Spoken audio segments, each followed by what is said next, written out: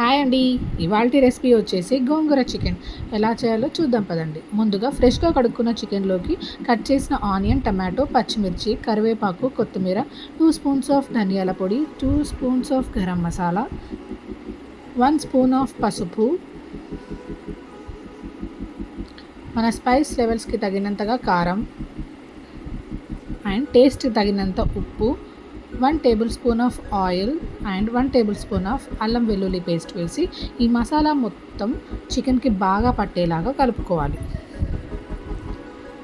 ఇలా బాగా మిక్స్ చేసుకుంటే చికెన్కి మసాలా అనేది బాగా పట్టి రుచిగా ఉంటుంది. దీన్ని ఒక 15 మినిట్స్ మ్యాగ్నేట్ చేసి పక్కన పెట్టుకుందాం. ఇప్పుడు ఫ్రెష్గా కడుక్కున్న గోంగూర అండ్ పచ్చిమిర్చిని ఒక ప్యాన్లో పెట్టి 1 గ్లాస్ ఆఫ్ వాటర్ వేసి ఉడికించుకుందాం. ఇందాక మ్యాగ్నేట్ చేసిన చికెన్లోకి ఇంకొద్దిగా ఆయిల్ యాడ్ చేసి ఇంకోసారి మొత్తం కలిసేలా కలుపుకోవాలి.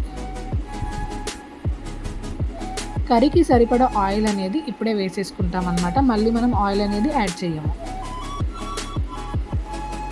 ఇంతలో మనము ఆల్రెడీ ఉడకబెట్టుకున్న గోంగూర అనేది చూసారా ఎలా దగ్గరకు పడిందో. ఇప్పుడు దీన్ని చల్లార్చుకుందాం.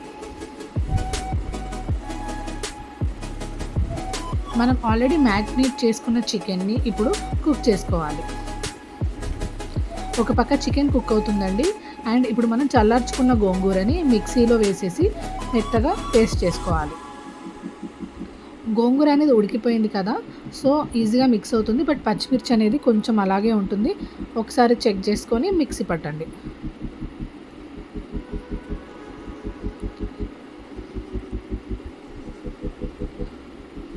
ఈ ప్రాసెస్ అంతా చేసేలోపు మన చికెన్ అనేది ఆల్మోస్ట్ 50% ఉడికిపోయి ఉంటుంది.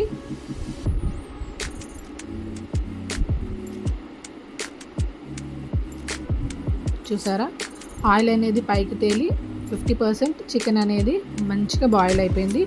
ఒకసారి కలుపుకుందాం. ఇప్పుడు ఆల్రెడీ మనం మిక్సీ పట్టుకున్న గోంగూరను కూడా దీంట్లోకి యాడ్ చేసేసుకోవాలి. ఇప్పుడే మనకు ఉప్పు కారం ఏం తక్కువైనా కానీ వేసేసుకోవచ్చు. ఇలా వేసేసుకున్న దాన్ని కంప్లీట్గా చికెన్కి పట్టేలాగా గోంగూర అండ్ చికెన్ని కలుపుకుందాం.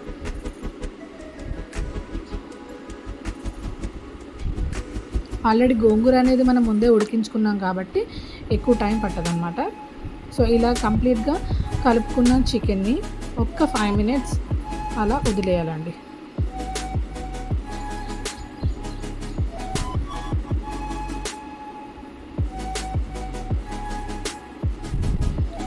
ఫైవ్ మినిట్స్ తర్వాత గోంగూర అండ్ చికెన్ అనేది కంప్లీట్గా మిక్స్ అయిపోయి ఆయిల్ అనేది పైకి తేలుతుంది.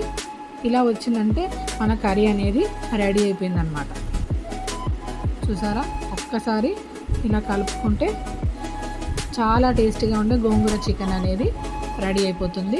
వేడి వేడి అన్నంలోకి సర్వ్ చేసుకొని తినండి. చాలా చాలా బాగుంటుంది. చపాతీలోకి కూడా బాగుంటుంది. ఒకసారి ట్రై చేసి మీరు కూడా ఎలా ఉందో కామెంట్ బాక్స్లో కామెంట్ చేసి చెప్పండి. Thank you for watching till now. Please subscribe to CMOS kitchen magic.